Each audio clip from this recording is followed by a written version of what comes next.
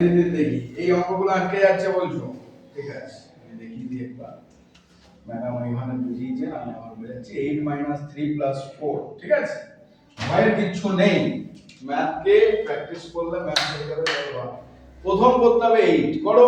তুমি যেহেতু নতুন একটু আটকাচ্ছে, শুধু পারবে। এই তো আসলে আটকে। -3 করো, +4 করো। এই তো করে দিলে তো, আটকেছে কোথায়?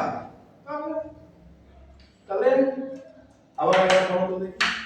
করো 8 করো কত, +8 করো, 8 ডাইরেক্ট 8 করো, 8 করো, -3 করো, +4 করো। आंसर কত হচ্ছে? গুণা 5 6 7 8 9। এই তো, তাহলে ঠিকই বলছো। তাহলে আমরা এইভাবে ম্যাথগুলো করব। আবার তুমি ফিঙ্গারও করতে পারো, যেটা মানে বুঝলি। 5 6 7 8 কত হলো? 8 -3 +4, তাহলে এটা কত হলো? 9। তাহলে গুড। নেক্সট অঙ্কগুলো করব।